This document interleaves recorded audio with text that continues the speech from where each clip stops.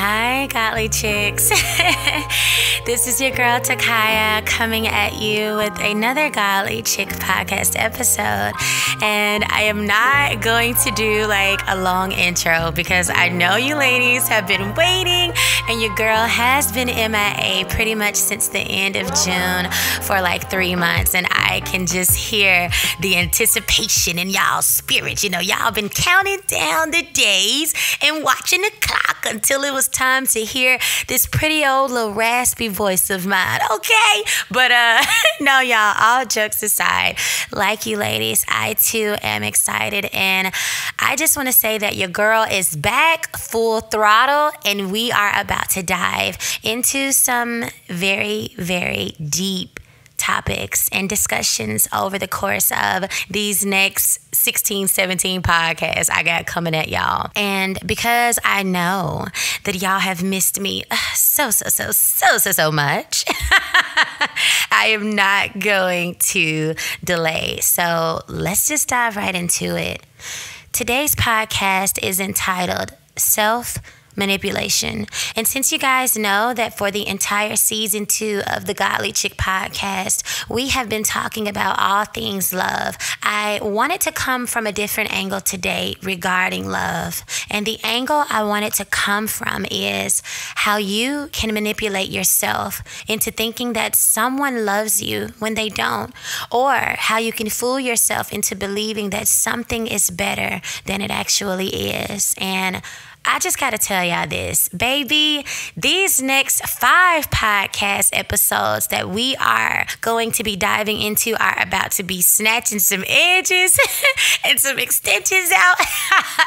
And y'all might not like me when I get done, but your spirit will love me, because although the truth hurts, your soul and your spirit will be better after you get this wisdom. The Lord laid it on my heart to give y'all concern and love. Amen. So I just had to throw out a little disclaimer before we get started, because it's about to get real. And the time is out for folly, delusions, fake love, toxic trauma bonds, and fake mirages. Y'all, it's time for us to get down to the nitty gritty and deal with the real stuff. The stuff we don't always want to admit out loud, or the stuff that we're just too ashamed to admit.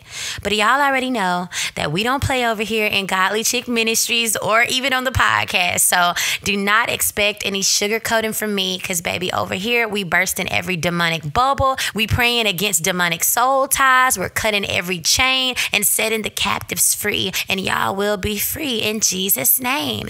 And I know, we've all made mistakes when it comes to love, and we have all made some bad decisions and choices. But those choices are not meant to condemn you. They are meant to grow you and show you the error of your ways so that you can do better the next go around. And I know, like I said before, that the truth hurts, but I would rather give you guys truth and see your life flourish and you marry the person that God has for you than to pat you on the back and let you think that what you're doing is okay. And then your life goes into ruin and shambles, and it's just a complete mess. So I just wanted, you ladies to know that over the course of the next few weeks, we are going to be diving into some deep, powerful topics. But the first one I wanted to start off with was self-manipulation. And the reason I wanted to start off with this one in particular is because this one topic will be the foundation for the next 5 podcast episodes. Now, we got about a good maybe 20 coming at y'all, but this is going to be the foundation definitely for the next 5. So without further ado, let's get into it. First, I want to start by defining the word manipulation. Manipulation defines as controlling or influencing someone, or in this case, yourself, in a clever, unfair, or even deceptive way to get a desired outcome.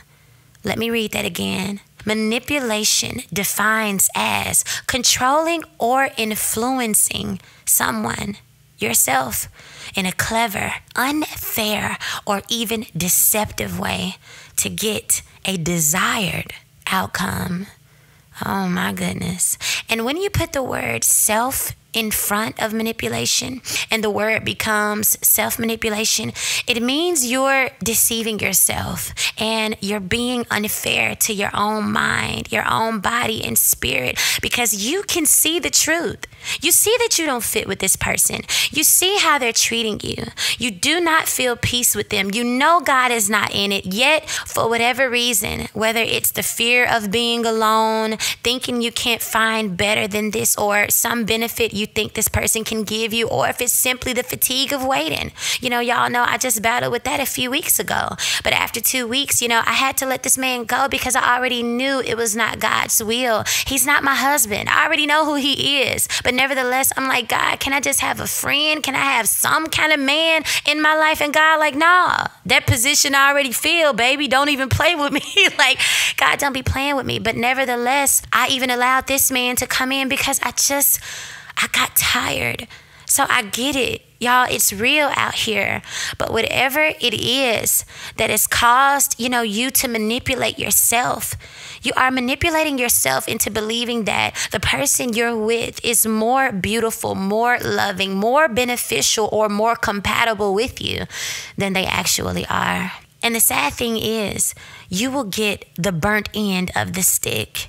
And it usually 9 times out of 10, if not 10 out of 10, it never works out for your good in the end. And you sign up to suffer. And you exchange your peace for a body and for someone who will not only waste your time, your life, and deplete you of your energy, but they will more than likely even alter the course of your destiny, depending on just how far you go with them and how long you're with them, and also depending on God's mercy.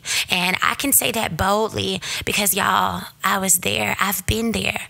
I did this with my first fiance, my second fiance, and with the man who I talked about in the Clown Podcast episode a few months ago. I made myself believe that these men were more fitting, more suitable, and more compatible with me and with my destiny than they actually were. And I manipulated myself, even though all the signs were there. Now, of course, I got rid of the clown fast because, by the time he rolled around and we started dating, baby, I had a lot of wisdom, so I just wasn't going. But nevertheless, with that first fiance, I definitely manipulated myself. I was young, I was dumb, I didn't have the knowledge and the wisdom that I have today at 31. The relationship was full of hell, turmoil, arguments, a few ups, and a whole lot of downs. But because we had been friends for 2 years before we had even started dating, the bond was already there. And then when we made the mistake of becoming intimate with one another and fornicating, now on top of a 2-year friendship bond, I was blind because of the sex. And in my blindness, I kept making up excuses. Even though every time I got around him, I felt darkness, I felt confused, my peace left, and I was having demonic dreams back to back. And even though it wasn't the will of God, I kept manipulating myself. And for me, it wasn't even love with him. It was lust and it was comfortability. I had only been saved for I think maybe 6-7 months when we started dating. And I didn't know nothing about no will of God. I didn't know nothing about the will of God at all. But I knew one night when I was in his arms, his face turned into a demon, smiling right before my eyes. And I ended up scooting all the way to the other side of the bed. I didn't know anything about purpose, but I knew about the women who kept calling his phone. I didn't know anything about destiny, but I knew about the strange feeling that I felt whenever I got around him. And I was so young at the time. In fact, I believe he asked me to become his girlfriend on my 20th birthday. So I was turning, 19 to 20, and he asked me to be his girlfriend on my 20th birthday. And in March, just 2 months later, he put a ring on my finger. I was young, and I truly did not know. But for some of y'all know the will of God. You know his plans for your life. You know that this person that's in front of you does not fit your life, your destiny, or your calling, and yet you still stay. You still stick it out, even though God has shown you over and over and over again that He's not in it and this is not His will for you.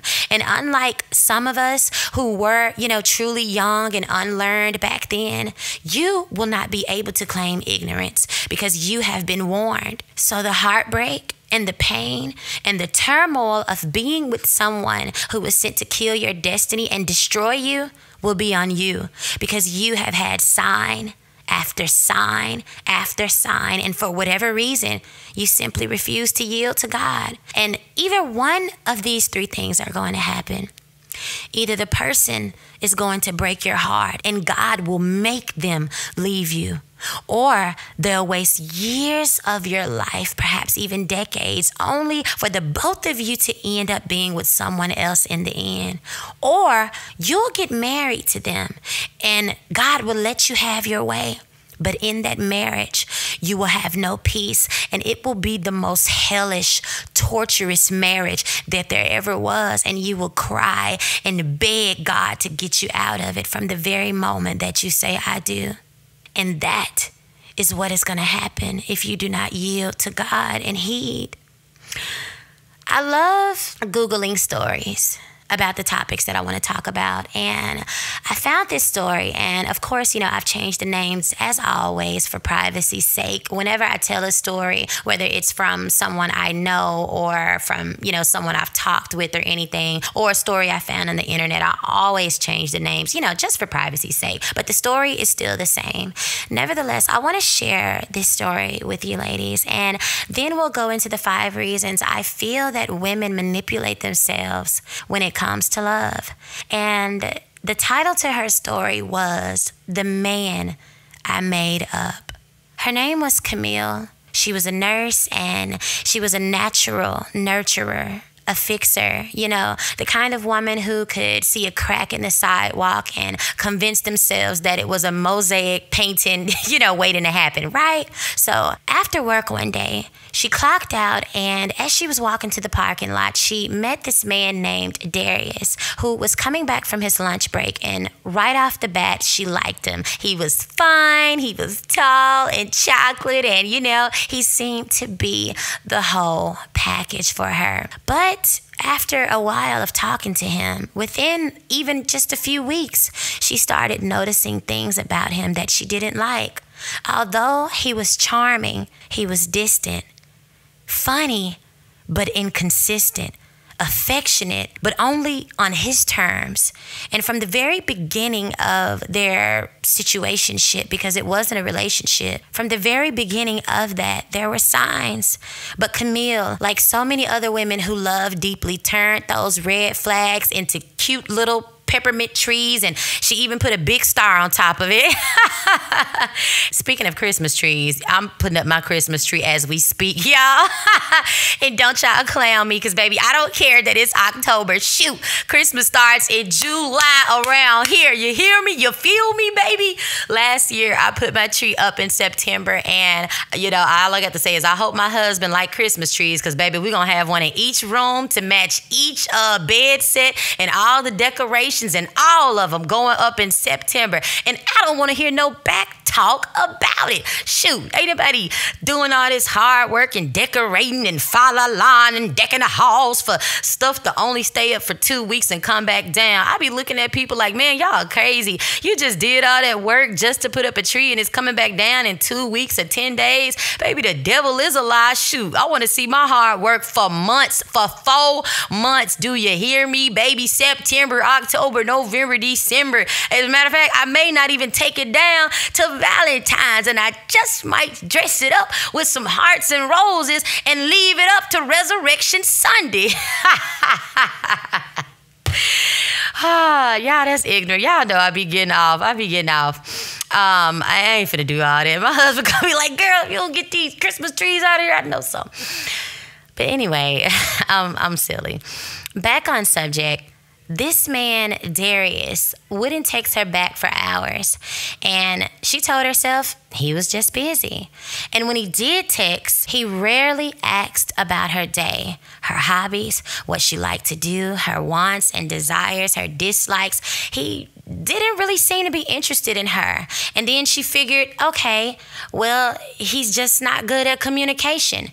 He flirted openly in front of her with other women, and she chalked it up to, okay, well, he just has a friendly personality. She kept filling in every blank with grace and every absence with empathy, because in her mind, she had already fallen in love with the man she hoped he would become, not the man he actually was. And she went all in. She cooked, supported his business ideas, loaned him money just until he quote unquote got on his feet. She prayed over him, fasted for his future, even looked the other way after he told her, I'm just not ready for a relationship. I don't want to put a title on us, although they'd already been seeing each other for a little bit over a year. But love, she thought, was patient.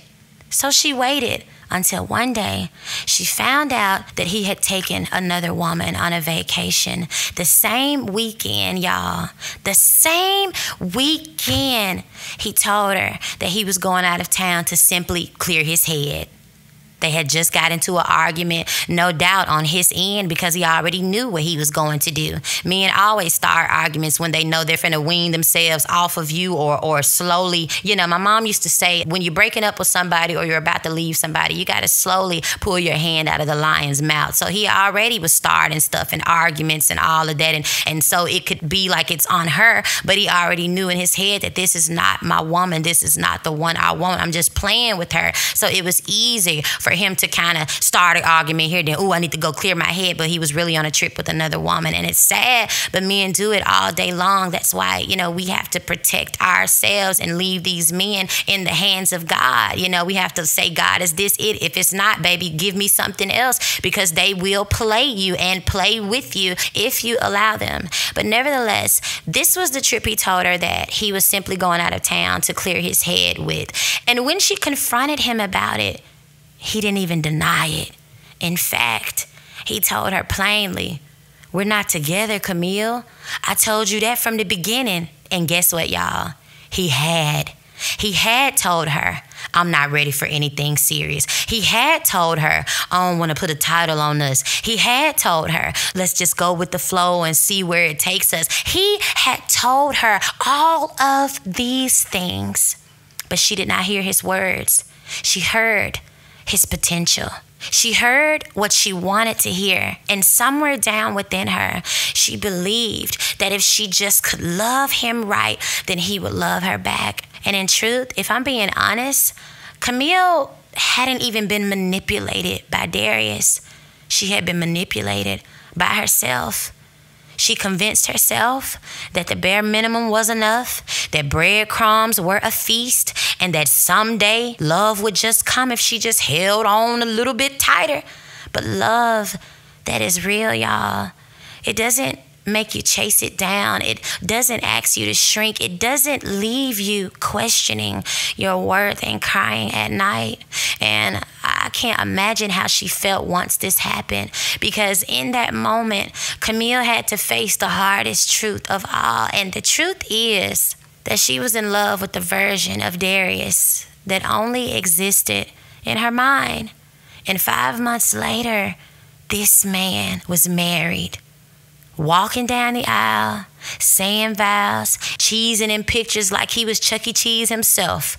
The same man who said, I don't want a title for us, let's just go with the flow, is the very same one who was saying vows to another woman only 5 months later after they got back from their vacation. The same one.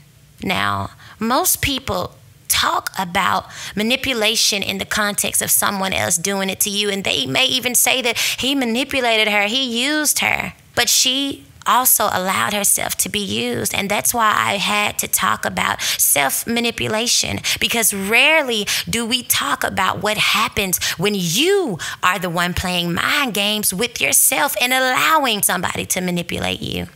When you start reshaping heartbreak into challenges to overcome, when you talk yourself out of your standards just to keep someone around, when you ignore how bad it feels and even on how empty you feel with this person because you're addicted to how good it could feel, right?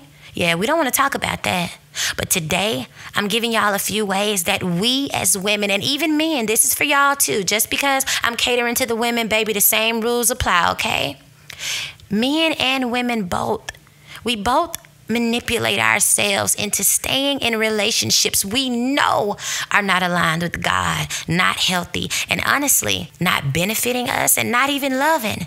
But today, y'all are going to get free in Jesus' name. Amen.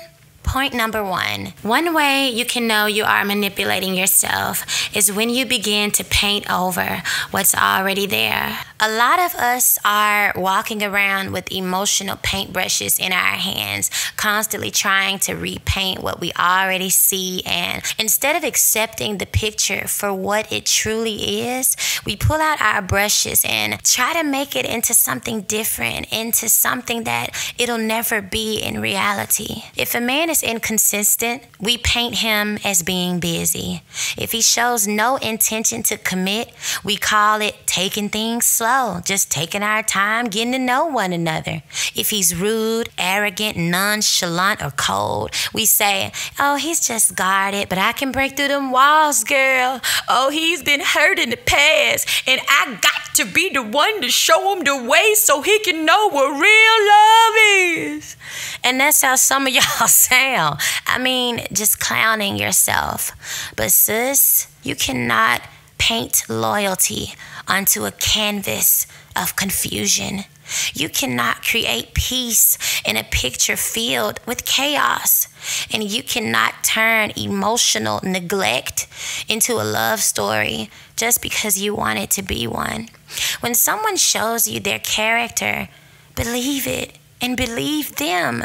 Do not try to edit it. Don't blend the colors to make it more palatable. Don't paint over the cracks and think it'll hold. Because when the paint chips, and it always does, you'll be staring at the same reality you tried to cover up, except only now you've wasted time, you've wasted tears, effort, love, and creativity on a man who was never your assignment to begin with. Number two, internalizing the blame.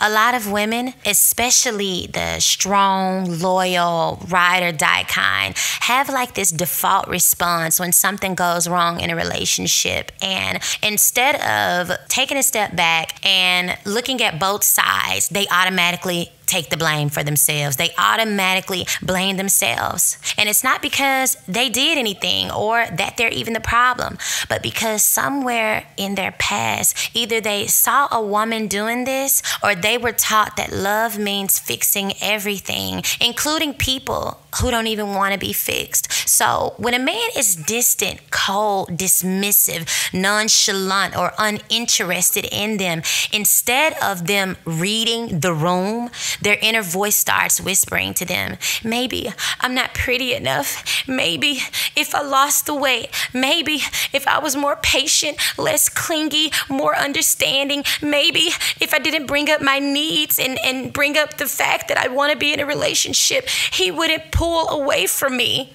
And before you know it, she's bending, folding, shrinking, and trying to morph into this version of herself that she thinks will finally earn this man's love. But here's the truth, sis. You will never have to become someone else to be loved by the person God has for you. And if you do have to morph yourself to be loved by this person, then I want to let you know right now that that is not love. That's performance. And that's emotional contortion in exchange for scraps. And what's worse is that this pattern becomes self-manipulation because now you're the one gaslighting yourself.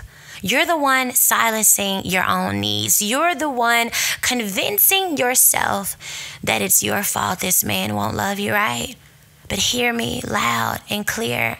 A man who truly wants to be with you will meet you with love, not 100 conditions and stipulations on if you do this, then I'll love you. He won't need you to quiet your voice or sacrifice your joy or your wants or your needs to feel worthy of his attention. He won't require you to walk on eggshells just to keep the peace or mold yourself into a version of less just so his insecurities can feel comfortable and he can feel like he's above you. You would not have to be less just for him to stay. And sis, if you loved yourself the way you deserve, you would see the truth. You wouldn't blame yourself for a man's emotional immaturity. You wouldn't keep wearing yourself out and performing, trying to unlock a version of love that God never called you to in the first place. It is not your fault that a man is distant. Neither is it your responsibility to teach him how to love, especially when he's shown you that you are not the woman or the one that he wants in his life, or the one that he wants to take that risk on, the one that he wants to love. Men know when they see her. That's why I don't play with these men. They know. Now, if a man is having a hard time opening up, but he's like, baby, show me, teach me. I've never felt this way before. I've never done this before with another woman. And he's truly sincere. And he's right there with you every step of the way. And he's not ghosting you and making up excuses. But you can, actually see that he is afraid and that he's intimidated by you. But even in his fear, he's still coming forward because he knows that you are the woman he cannot live without. And you're the woman that he wants. Then that's totally different. And with that man, I would tell you to be patient. I would tell you to keep him before the Lord and do not allow the spirit of fear to intimidate him. I would tell you to bear with him and to pray over him as the two of you learn how to navigate a relationship that's safe and fruitful and healthy and holy for the both of you. Because in reality, love sometimes is scary because it requires oneness, it requires God, and it requires vulnerability. And that can be a very scary place for a man who's used to surface level relationships, who's used to having sex and bouncing, and then now he runs into you and you got his heart. That can be a very scary place for a man, but beautiful as well if you fight together for it. And that's why I said it has to be both of you fighting, because if he's playing disappearing acts better than Casper the Friendly Ghost, and he's meaner than Squidward off of SpongeBob when it comes to you, then you don't need to be patient with him. You need to let him go, because it's not your job to heal what you didn't break, especially if he's fighting against the healing process. And he's showing you that he don't even want you to have his heart because it ain't that serious to him. He don't like you like that. Then that man you need to walk away from, because the right love will never make you feel like you're the only one fighting for it. So stop blaming yourself for a man who was never built by God to carry your heart, and start loving yourself enough to leave these toxic relationships and love yourself enough to leave the self-blame behind. Number 3, fearing loneliness. Another stronghold, if not one of the most powerful strongholds that keeps women in relationships that don't serve them, is the fear of being alone. And y'all know, like I said, I can just tell you just recently about, I just had to let go of this guy. He was a doctor. He was so handsome, and I was already having it up in my mind, what we were going to do. And I just wanted to hang out with him and be a friend, but I could tell that he liked me, and I could tell that that friendship thing wasn't going to last long. And I had to let him go. I had to let him go because God's like, Takyah, you know better. And I have to be honest. Loneliness is real, and it can get to you at times. And y'all gotta look, I've been practicing abstinence since May 31st, 2014. I have been alone pretty much that entire time with just, one foolish thing. I've talked to other people, but God would never let me be in a relationship with them. And other than that second fiance that only lasted for 3 months, you're talking about a whole 12 years of just 11, 12 years of just being alone. alone and dealing with a lot of things, even spiritual things, by myself, with no friends, with no help, with just nothing. Because for some reason, God removes people out of my life and He's ordained everything, and I just can't go pick my own people. I just can't pick anybody. He has to do it. So that's just, it comes with my calling. It comes with where He's taking me. He's protecting me, and He's just not going to let me do it and not going to give me any peace in it either. And if I don't have my peace, I got to bounce anyway. I can't do with the no peace thing, and my mind's starting to be warped. Like, nah, God can't, I can't deal with that Saul type stuff. When baby God starts sending demons to attack you, now He ain't do all that this time. He was very peaceable with it, but I believe that had I would have kept going, then yeah, He would have turned the heat up because I knew better. But nevertheless, loneliness can get to you. It can get to you at times. And I'm rooted in Jesus. So if you're not rooted in Jesus, it can really feel terrifying. And even if you're in Jesus, it can still get to you. Now, I love being alone. I am a total introvert. Now, my husband he think he an introvert. I don't believe he an introvert. I believe he's an intro extrovert. Like, he has some introvert moments, but baby, he a little bit too extroverted for me. You know what I'm saying? Like, I literally be hiding. So I am a real deal, stay in the cave and I'm going to be okay type of person. I love having a person and we just spend time together, or just, going out with my small circle with my golden girls. And that's it. I'm happy. I don't have to have all of this other stuff. That's just how I am. So I love, being alone. But at the same time, even with that, I am still human and I want human contact with a man, right? Come on, y'all. Ladies, I've got to talk to you. Shoot, we want human contact. I want to laugh and hear a man's voice on the other end of my phone. I want to hug and be held. I want kisses on my forehead and my hand. I want to feel like a princess. I want to ride in the passenger side and not have to be driving. I want to be a passenger princess because my mama always making me drive her around and shoot everybody else. So y'all, I'm tired. I want to be around a man. I want to be cuddled. I want to be protected. I want to just be at peace and just to know that I can just wake up and I ain't got to worry about nothing because baby daddy is here. His daddy got me. You know what I'm saying? And after 11 years of practicing abstinence, y'all, all together, I am tired. So I will be the first to say that loneliness can absolutely get to you, especially in a world that constantly tries to tie your worth to your relationship status, and especially, when society makes it seem like marriage equals value and singleness equals either failure or rejection. So instead of facing that uncomfortable feeling of being alone, many women stay. Not because the relationship is benefiting them, not because the relationship is good, but because they're scared of what the silence might reveal.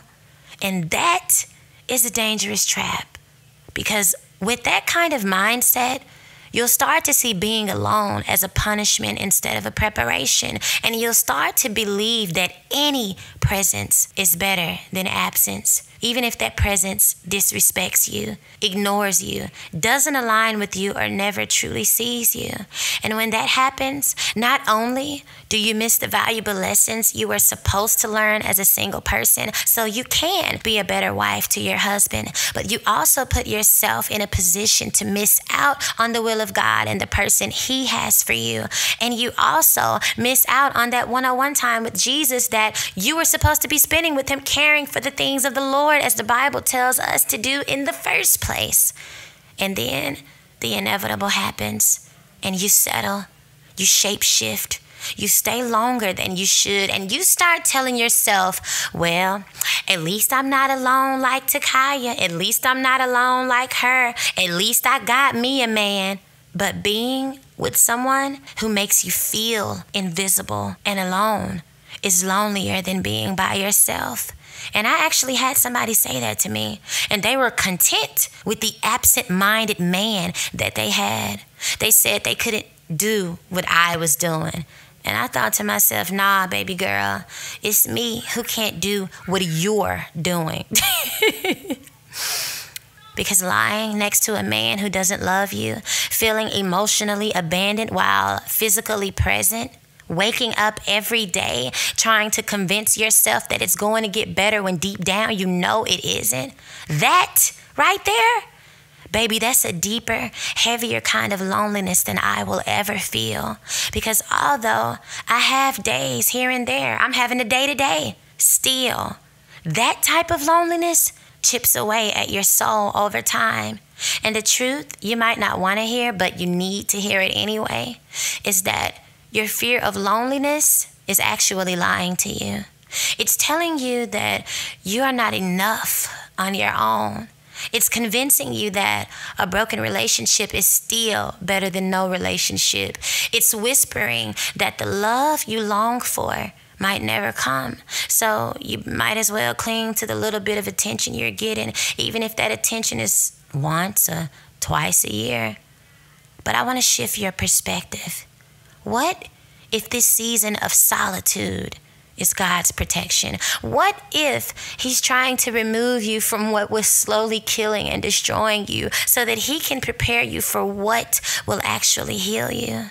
What if being alone is not a curse, but an invitation to love yourself the way you've been trying to love everyone else, including this man? I know we all want somebody. Trust me, I get it. I'm there. But your desire for a man should never, ever be greater than your desire to please God. And another reason why point number 3 is so dangerous is because it literally sets the stage for point number 4, which is living in a fantasy world instead of reality. And we got to talk about it because a lot of women don't want to hear this, but many are more in love with the fantasy that they created in their head than they are with the actual man himself. Fantasy is intoxicating, right? It's soft, it's romantic, it lets you build castles in the sky where everything works out and where this man is your knight in shining armor and, he suddenly wakes up and he's everything that you've ever prayed for. It allows you to rewrite harsh truths into beautiful fairy tales. But the problem with fantasy is that it requires no accountability on the man's part, but reality does require accountability. See, fantasy is where you can close your eyes and imagine that he loves you deeply, even though his actions scream the opposite. It's where you convince yourself that the story playing in your head is more trustworthy than the facts in front of your face. And for many women, this demonic spirit of fantasy has become a home for them. It's become a demonic haven. It's comfortable for their mind. It's familiar to their heart. And even though it's deceptive, they've become accustomed to it. So much so that even if you tried to snatch them out of it, they'd be mad at you and ready to fight with you just for trying to take them out of their delusion, even though the world they created in their head with this person doesn't exist. When you live in a delusional fantasy mindset, you stop being logical. You ignore patterns. You silence your intuition. You stop asking yourself, is this healthy? And you start saying, it'll get better soon.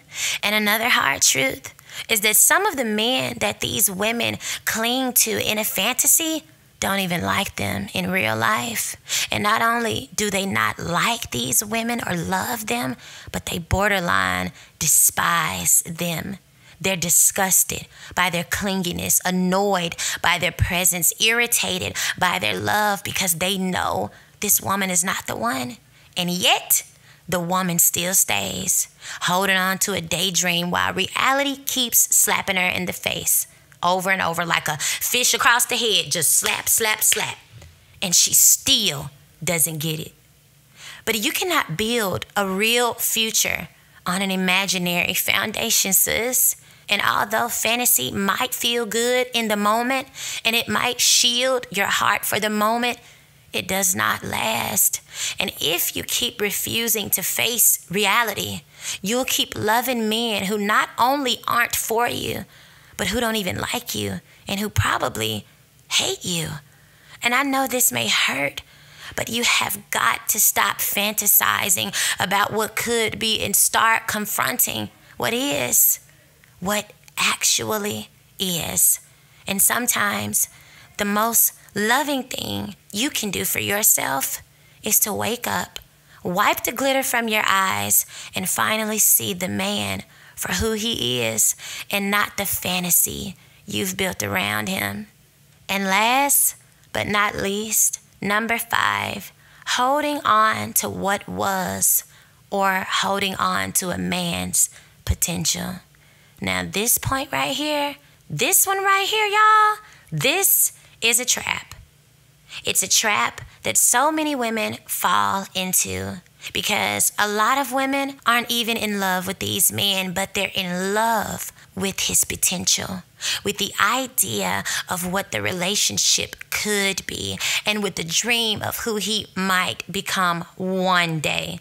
They remember the beginning when he called every day, text good morning and good night, brought flowers just because, opened up about his childhood trauma and made her feel like she was the one. And even though that version of him disappeared a long time ago, she still holds on to those memories like lifelines, and she tells herself, oh, that man is still in there. I just have to wait it out. I just have to wait for him to come back around. But what she's really doing is romanticizing inconsistency, and she's clinging to moments instead of patterns. And the truth is, potential isn't a promise. Just because a man can love well doesn't mean he will love you well. And just because he has the capacity for greatness doesn't mean he's willing to walk in it.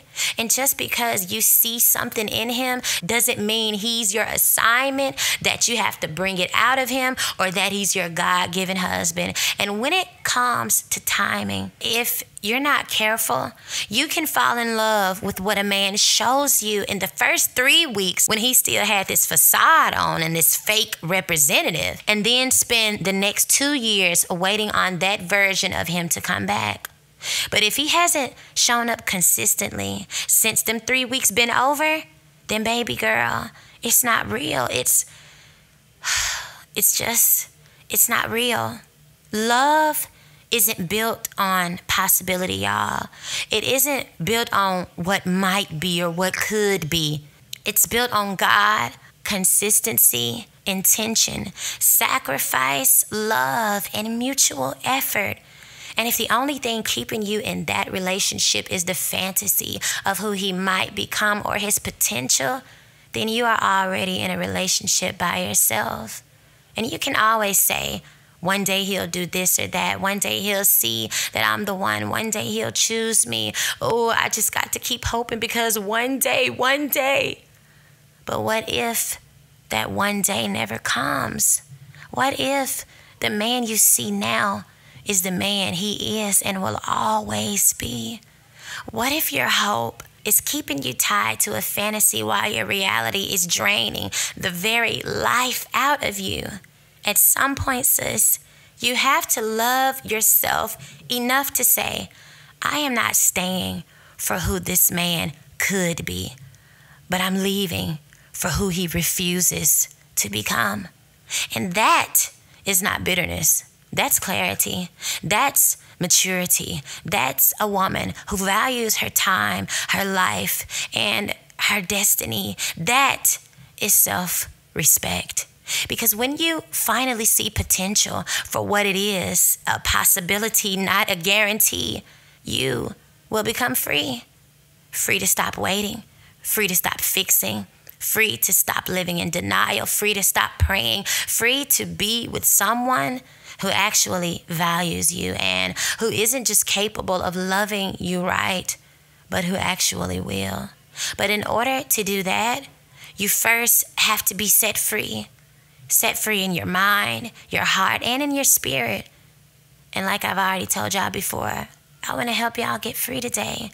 But in order to be free, I need to tell you first what the remedy for self-manipulation is. And godly chicks, I need y'all to really, really listen to me right here.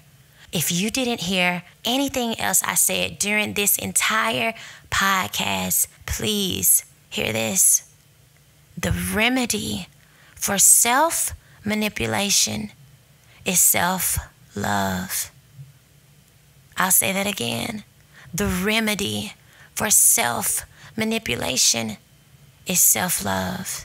And I had to say it twice because when God dropped that on me, y'all, I was in awe because it's so true. The reason so many of us manipulate ourselves and create stories and hold on to fantasies and paint over red flags is because we're either still learning how to fully love ourselves or we don't know how to love ourselves at all.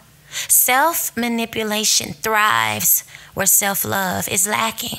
And when you don't love yourself enough, then you'll tolerate what doesn't love you back. You'll accept crumbs and call it a feast. You'll see a man who treats you like an option and convince yourself that he's a king just because you want him to be. But real self-love, it breaks the illusion. Self-love says, I don't need to beg to be chosen. And as a matter of fact, where's the door? Because baby, I'm gone. That's what self-love does. That's how it shows up. Self-love says, I'm not going to keep rewriting a man's behavior into something beautiful when it's already shown itself to be broken. Self-love says, I would rather face a hard truth and be hurt temporarily for the moment than to live in a soft lie and be manipulated for the rest of my life. And that's the remedy. Because when you truly love yourself, you no longer need the fantasy. You no longer see a man's potential. You no longer need to force the picture to look perfect, but you accept it for what it is. You accept this man for who he is, and then you move accordingly because you understand that you are worthy of more. When I dated that man who was nothing short, y'all, of a Ghanaian king, and I know I've talked about him a few podcasts ago, even though he wasn't my husband, he moved like he was. And I know God allowed him to come into my life to show me how men who were godly and intentional are supposed to move. And y'all, when I tell you I was the softest I have ever been in life with this man, literal putty in this man's hands, I didn't worry about a thing. Do you hear me? Like I said, I just woke up and baby, he was there to take it from there. And to this day, I have never dated anyone like him to date. And I thank God for me even being able to have him for the time that I did because it was so beautiful. But what he taught me was how to love myself. And the crazy thing was, he didn't even try to teach it to me. He did it subliminally. He did it without knowing. But he taught that to me. He did. And it made it so hard for other men behind him because now I knew what it looked like when a man really wanted you and was intentional. And back when I was dating, I blocked anyone who gave me excuses and tried to play me. I blocked them immediately after him because I had experienced what it felt like to be the apple of a man's eye, and I wasn't going back. That's why the man I dated after him only lasted 6 weeks, because after Jay, I had started to love myself and I knew what I was worth and how I should be treated. And I would not apologize for wanting to be esteemed and treated like the jewel I am. And a man would not make me feel guilty because his poor character, his poor lifestyle cannot afford me. So if a man wants to play games, if he wants to jump in bed with every other woman, any woman that walks by, and he wants to play the cold, distant Casper the Friendly Ghost game and disappear today and pop up tomorrow, and he wants to be nonchalant and act as if he has no feelings for me, he wants to lie to himself and be for me one day and then he's all for another woman the next, make no mistake about it, I am not that man's wife, nor am I willing to be. And he should go get the woman who is instability and poor character can afford him. And that doesn't make me mean. It makes me safe. And it makes my heart safe because I will never be with the man who makes me feel unsafe ever again. I love myself too much for that. I love myself enough to walk away and never see you or talk to you again. And self-love doesn't mean that I don't feel the pain. It doesn't mean that you don't or you won't feel the pain, sis. Because when you have high standards, sometimes you do. But it means you won't stay in it. That's what self-love means. It means you'll cry if you need to, grieve if you must, but then you'll get up, wipe the tears from your eyes, and then you'll leave. That's the remedy. Self-manipulation clouds your vision, but self-love clears the fog. And once the fog clears, you'll see it was never love you were chasing anyway, but it was validation. It was fear. It was the fantasy. It was not believing that you could ever find love, so you may as well just stick with this. But real love, sis, real, godly, agape, beautiful love, it starts with you first. It starts with you loving yourself first. Even Jesus said that in the Bible. He says, love your neighbor as yourself. But if you don't even love yourself first, how do you even have the strength to love your neighbor? So it starts with you. And once you see you for the queen that you are, and you look in the mirror and tell yourself, I love me, even if no one else does, and you believe that, and you are sure, and you know that Jesus Christ himself loves you as well, and he calls you a jewel and says that you're precious. Once you know that and you get that download into your spirit and you believe it, you will never again call any old man a king just because it looks like he's wearing a crown. Especially when the crown he's wearing is made up of lies. And I know this was a rough one, but I'm done. But I just gotta say, this podcast and the next 5 podcast episodes are rough, but they need to be. And it's gonna get a bit rougher and a bit deeper. But I have to lay it all out there. I have to talk about it. Every delusion, every false theology you girls have about love, I want us to get it all out in the air because I want to help set you free and even free myself from maybe some of the residue from worldly mindsets and theologies that I used to believe. Even though I feel free, there may still be a little residue there, but I even want to get that out of me. Amen? Because God has an amazing man for us. We just got to believe it. But it first starts with dismantling the mindsets that are rooted in lies and not the truth of God. And it starts with us loving ourselves. So, godly chicks, I'm going to get out of here. I love you ladies so much. And I pray that this podcast bless you guys. Tag a friend. Tell them the podcast has started back up. And let them know that, for the rest of the season 2, we're going to continue our love topics. And like I said, it's going to get deeper every week. So subscribe. If you haven't subscribed already, leave a comment. Put a like on the video. Share it. And let's get healed, y'all. Let's get healed, godly chicks. Amen. I love you girls, and I will see you all next week on the Godly Chick Podcast. Bye. Thank you for listening to the Godly Chick Podcast. Tune in next Friday at 9 a.m. Eastern Standard Time to hear the continuation of Season 2, where we will be discussing topics and stories that are all about love. Don't forget to follow Godly Chick Ministries on Instagram, Facebook, YouTube, and TikTok at Godly Chick. That's GODLYCHIK. And always remember, when you know who's you walking with, it ain't hard to be a godly chick. Have a blessed day, and I look forward to having you all here with me next week. For my innocence.